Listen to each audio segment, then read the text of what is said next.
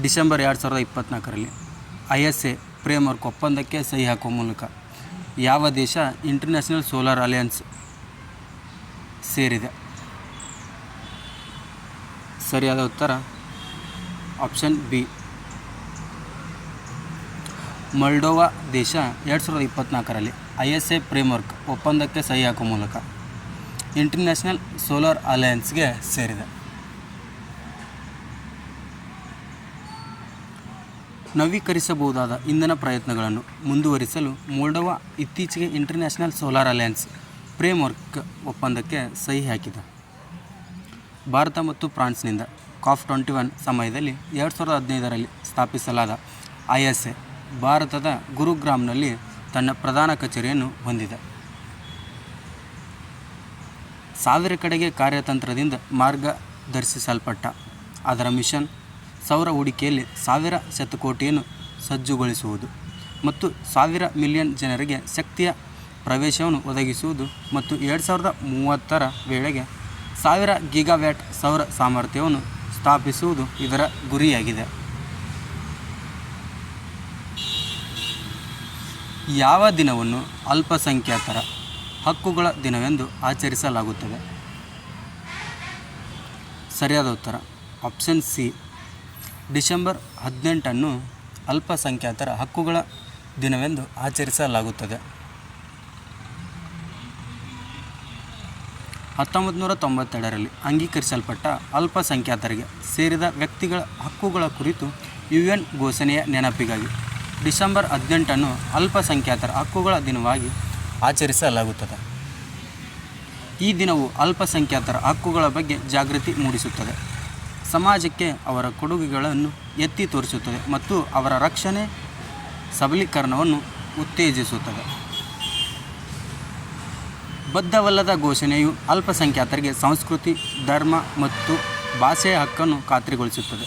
ಜಾಗತಿಕ ಮಾನವ ಹಕ್ಕುಗಳ ಚರ್ಚೆಗಳನ್ನು ಇದು ರೂಪಿಸುತ್ತದೆ. ಭಾರತೀಯ ಸಂವಿಧಾನವು ಎಲ್ಲ ನಾಗರಿಕರಿಗೆ ಮೂಲಭೂತ ಹಕ್ಕುಗಳನ್ನು ಖಾತ್ರಿಪಡಿಸುತ್ತದೆ, ಸಮಾನತೆಯನ್ನು ಉತ್ತೇಜಿಸುತ್ತದೆ ಮತ್ತು ಅಲ್ಪಸಂಖ್ಯಾತರನ್ನು ತಾರತಮ್ಯದಿಂದ ರಕ್ಷಿಸುತ್ತದೆ. ಇತ್ತೀಚೆಗೆ ನಿಧನರಾದ ಜೋಧಾಬಾಯಿ ಅವರು ಯಾವ ಭಾರತೀಯ ಬುಡಕಟ್ಟು ಸಮುದಾಯಕ್ಕೆ ಸೇರಿದವರು? ಸರಿಯಾದ ಉತ್ತರ ಆಪ್ಷನ್ ಬಿ, ಇತ್ತೀಚೆಗೆ ನಿಧನರಾದಂಥ ಜೋಧಾಬಾಯಿ ಅವರು ಬೈಗಾ ಬುಡಕಟ್ಟು ಸಮುದಾಯಕ್ಕೆ ಸೇರಿದವರು.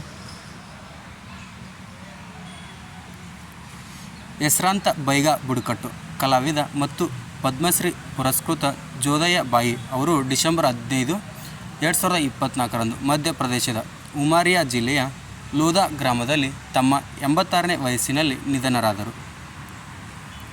ಬೈಗಾ ಬುಡಕಟ್ಟು ನಿರ್ದಿಷ್ಟವಾಗಿ ದುರ್ಬಲ ಬುಡಕಟ್ಟು ಅಂದರೆ PUTGಯ ಗುಂಪಾಗಿದೆ.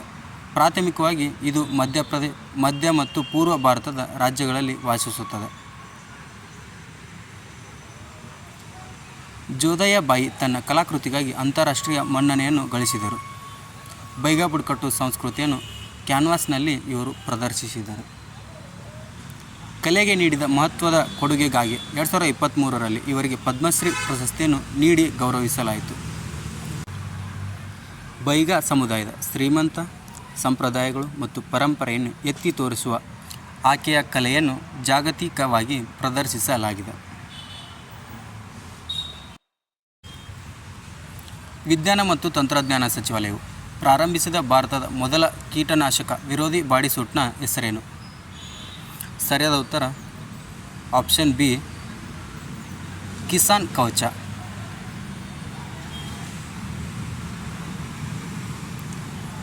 ವಿಜ್ಞಾನ ಮತ್ತು ತಂತ್ರಜ್ಞಾನ ಸಚಿವರಾದಂಥ ಡಾಕ್ಟರ್ ಜಿತೇಂದ್ರ ಸಿಂಗ್ ಕಿಸಾನ್ ಕವಚ್ ಹಾನಿಕಾರಕ ಕೀಟನಾಶಕ ಒಡ್ಡುವಿಕೆಯಿಂದ ರೈತರನ್ನು ರಕ್ಷಿಸಲು ಭಾರತದ ಮೊದಲ ಕೀಟನಾಶಕ ವಿರೋಧಿ ಬಾಡಿಸೂಟನ್ನು ತಯಾರಿಸಿದ್ದಾರೆ. ಬಯೋಟೆಕ್ನಾಲಜಿ ರಿಸರ್ಚ್ ಮತ್ತು innovation council, Bengaluru LTD suit ರೈತರ ಸುರಕ್ಷತೆ ಮತ್ತು ಸುಸ್ಥಿರ ಕೃಷಿಯನ್ನು ಉತ್ತೇಜಿಸುತ್ತದೆ. ಇದು ತೊಳೆಯಬಹುದಾದ 1 ವರ್ಷದವರೆಗೆ ಮರುಬಳಕೆ ಮಾಡಬಹುದಾದ ಮತ್ತು ಹೆಚ್ಚಿನ ಕೈಗೆಟುಕುವ ಯೋಜನೆಗಳೊಂದಿಗೆ 4000 ಬೆಲೆಯದ್ದಾಗಿದೆ. ಸೂಟ್ ಸುಧಾರಿತ ಫ್ಯಾಬ್ರಿಕ್ ತಂತ್ರಜ್ಞಾನವನ್ನು ಬಳಸುತ್ತದೆ. ಅದು ನ್ಯೂಕ್ಲಿಯೋ ಪಿಲಿಕ್ ಜಲ ವಿಚ್ಛೇದನದ ಮೂಲಕ ಕೀಟನಾಶಕಗಳನ್ನು ನಿಷ್ಕ್ರಿಯಗೊಳಿಸುತ್ತದೆ. ಉಸಿರಾಟದ ಸಮಸ್ಯೆಗಳು ಮತ್ತು ದೃಷ್ಟಿ ನಷ್ಟದಂತಹ ಆರೋಗ್ಯ ಅಪಾಯವನ್ನು ತಡೆಯುತ್ತದೆ. ಈ ಆವಿಷ್ಕಾರವು ರೈತರನ್ನು ಸಬಲೀಕರಣಗೊಳಿಸುವಾಗ ಮತ್ತು ಸುಸ್ಥಿರ ಕೃಷಿ ಪದ್ಧತಿಗಳನ್ನು ಖಾತ್ರಿಪಡಿಸುವಾಗ ಕೀಟನಾಶಕ ವಿಷತ್ವವನ್ನು ಪರಿಹರಿಸುವ ಗುರಿಯನ್ನು ಹೊಂದಿದೆ. ಸುರಕ್ಷತೆಯ ಶ್ರೇಷ್ಠತೆಗಾಗಿ ಯಾವ ಭಾರತೀಯ ದೇವಾಲಯವು ಸ್ವರ್ಡ್ ಆಫ್ ಆನರ್ ಪ್ರಶಸ್ತಿಯನ್ನು ಇತ್ತೀಚೆಗೆ ಗೆದ್ದಿದೆ? ಸರಿಯಾದ ಉತ್ತರ ಆಪ್ಷನ್ ಎ ರಾಮ ಮಂದಿರ, ಅಯೋಧ್ಯೆಯ ರಾಮ ಮಂದಿರ.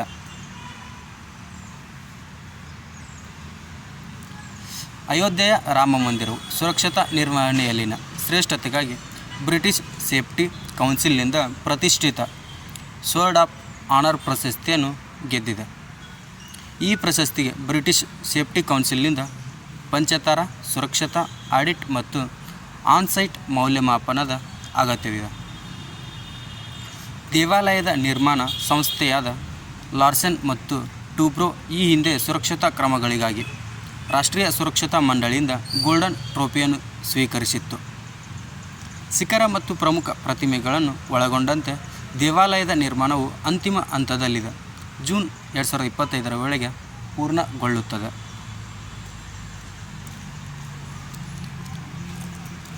ಶ್ರೀರಾಮ್ ದರ್ಬಾರ್ ಮತ್ತು ವಿವಿಧ ಋಷಿಗಳ ಪ್ರತಿಮೆಗಳನ್ನು ಜನವರಿ 2025ರೊಳಗೆ ಪೂರ್ಣಗೊಳಿಸಲಾಗುವುದು. 15 ಲಕ್ಷ ಘನ ಅಡಿಗಳನ್ನು ಬನ್ಸಿ ಅಫಾರ್ಫುಲ್ ಕಲ್ಲು ಬಳಸಿ ಇದನ್ನು ನಿರ್ಮಿಸಲಾಗಿದೆ. ಗಂಗಾ ನದಿಯ ಡಾಲ್ಫಿನ್ ಟ್ಯಾಗಿಂಗ್ ಅಂದರೆ ಗಂಗಾ ನದಿಯ ಡಾಲ್ಫಿನ್ ಟ್ಯಾಗ್ಲೈನನ್ನು ಯಾವ ರಾಜ್ಯದಲ್ಲಿ ಮೊದಲ ಬಾರಿಗೆ ಮಾಡಲಾಗಿದೆ ಅಂದರೆ ಬಳಸಲಾಗುತ್ತಿದೆ? ಸರಿಯಾದ ಉತ್ತರ ಆಪ್ಷನ್ ಬಿ ಅಸ್ಸಾಂನಲ್ಲಿ ಗಂಗಾ ನದಿಯ ಡಾಲ್ಫಿನ್ ಟ್ಯಾಗ್ಲೈನನ್ನು ಮಾಡಲಾಗಿದೆ.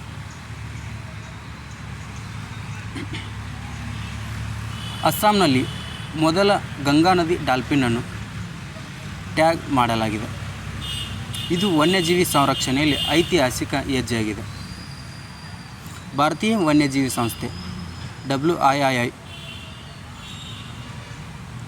ಅಸ್ಸಾಂ ಅರಣ್ಯ ಇಲಾಖೆ ಮತ್ತು ಅರಣ್ಯನಿಂದ ಮರಣದಂಡನೆಯೊಂದಿಗೆ ಪರಿಸರ, ಅರಣ್ಯ ಮತ್ತು ಹವಾಮಾನ ಬದಲಾವಣೆ ಸಚಿವಾಲಯವು ಈ ಉಪಕ್ರಮವನ್ನು ಮುನ್ನಡೆಸಿದೆ.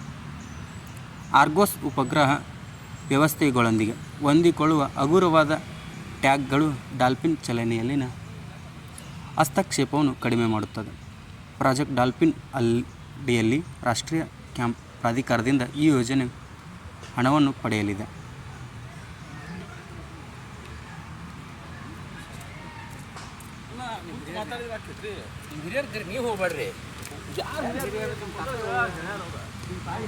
ಗಂಗಾ ನದಿ ಡಾಲ್ಫಿನ್ ನೇಪಾಳ, ಭಾರತ ಮತ್ತು ಬಾಂಗ್ಲಾದೇಶದಲ್ಲಿ ಗಂಗಾ, ಬ್ರಹ್ಮಪುತ್ರ, ಮೇಘನಾ ಮತ್ತು ಕರ್ನ್ಫುಲಿ ಸಂಗು ನದಿ ವ್ಯವಸ್ಥೆಗಳಲ್ಲಿ ಇದು ಕಂಡುಬರುತ್ತದೆ.